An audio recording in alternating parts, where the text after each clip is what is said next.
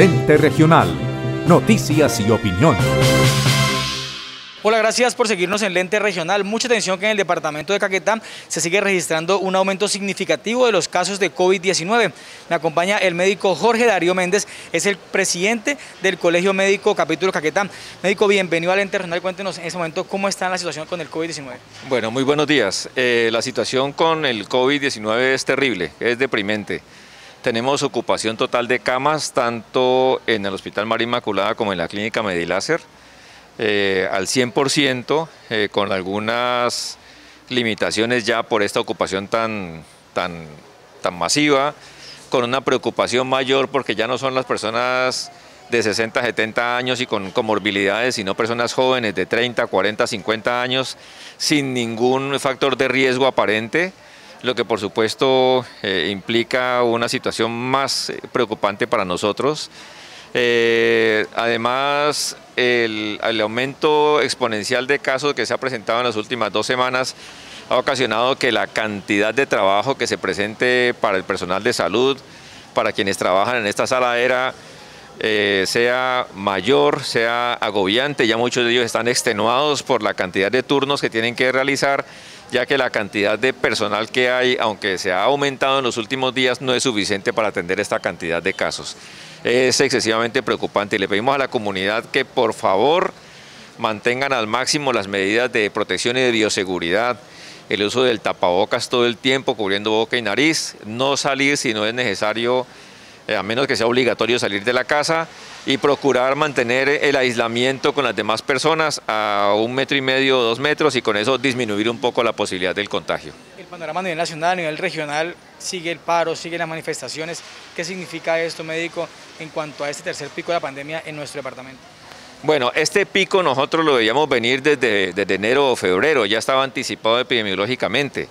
De pronto las manifestaciones han tenido algo que ver con el aumento en el número de casos, pero no es un dato epidemiológicamente concreto. Como ya le digo, nosotros esperábamos este aumento de casos como inevitable por el desorden social que se ha presentado. Usted no tiene necesidad de ir más lejos, sino a la zona rosa y se da cuenta de la cantidad de personas sin tapabocas, riendo, tomando licor, relajados, en un ambiente que para otro momento de nuestra evolución sería un ambiente normal. En este momento estamos con una enfermedad que está matando gente y las personas no han entendido esa parte. Entonces, echarle la culpa a las marchas de todo esto, posiblemente ya en algunos casos que se hayan presentado como consecuencia de ellas, pero no es la explicación total a este pico que tenemos en este momento. Médico, el mensaje para la comunidad, ¿cuál es en un momento tan difícil como el que estamos viviendo? Bueno, ya les dije, la situación es terrible y no son solamente las personas mayores las que están en riesgo ahora. Tenemos ahora la situación adicional de que son personas jóvenes, está aumentando el número de casos de COVID en niños con situaciones de que se les afectan los pulmones en una forma terrible, lo que nosotros en los primeros 2 picos no vimos, eso nunca se presentó. En este momento tenemos afectación de personas más jóvenes, lo que implica que todos tenemos que cuidarnos. Ya no es solamente el paciente anciano el que tenemos que proteger o el paciente hipertenso. Ahora somos todos los que estamos a riesgo. Obviamente, lo que yo ya les comenté, el uso del tapabocas, el distanciamiento social y el lavado frecuente de manos con agua y con jabón o con alcohol.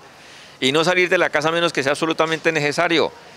No hemos podido entender esa parte y como sociedad nos hemos quedado muy cortos en nuestro concepto de lo que es no la responsabilidad individual, porque nosotros, uno como uno se cuida, ¿sí?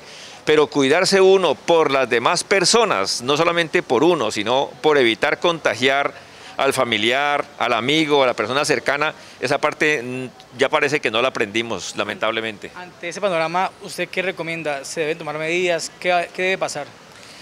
Pues ya hay una resolución, la 777 del Gobierno Nacional, en la que se pide la apertura económica, tanto a alcaldes como a gobernadores. Pero si nosotros vamos a tener en cuenta la situación epidemiológica de salud pública en este momento, deberíamos estar en cuarentena o deberíamos tener alguna restricción por número de cédula, algún tipo de limitación a la sociedad para que disminuya el número de contagios. Pero lamentablemente nosotros vemos que eso no va a pasar, ya que tenemos una orden nacional que ya está muy discutida por más de 100 sociedades científicas de la salud que dicen que es el peor momento para hacer una apertura económica. Y finalmente hay una comunicación de los médicos a nivel nacional que genera una preocupación por lo que está pasando en el país, incluso por agotamiento de personal médico, también la falta de insumos. Exacto, pues es que es el problema que nos vemos abocados cada vez que nos enfrentamos a una pandemia de estas. Por fortuna, y nosotros esperamos, en este momento el hospital tiene todavía una buena reserva de medicamentos y de oxígeno, que tuvimos alguna situación preocupante hace como 2 o 3 semanas cuando no llegó el oxígeno en cantidad suficiente porque de la empresa matriz en Cundinamarca no pudieron enviar el oxígeno con la suficiente celeridad. Pero bueno, eso ya está superado. La situación ahora es que si nosotros continuamos con esta libertad social, con este libertinaje de que todo el mundo hace lo que quiere, va a donde quiere y no existe ninguna limitación a las personas, muy probablemente no vamos a tener un pico sino una meseta, que es lo que ya está sucediendo en Medellín. En Medellín tuvieron la ocupación del 100% hace aproximadamente 3 semanas y esa disminución de casos no se ha logrado. Todavía están en el 100% de ocupación y siguen con una congestión que está llevando a la situación lamentable de definir qué paciente se lleva a intubar y qué paciente no, lo que implicaría pues mortalidad para el paciente que no va a ser intubado. Entonces, no queremos llegar a ese punto aquí en Caquetá y por eso le insistimos a la comunidad a que por favor se cuiden de esta pandemia.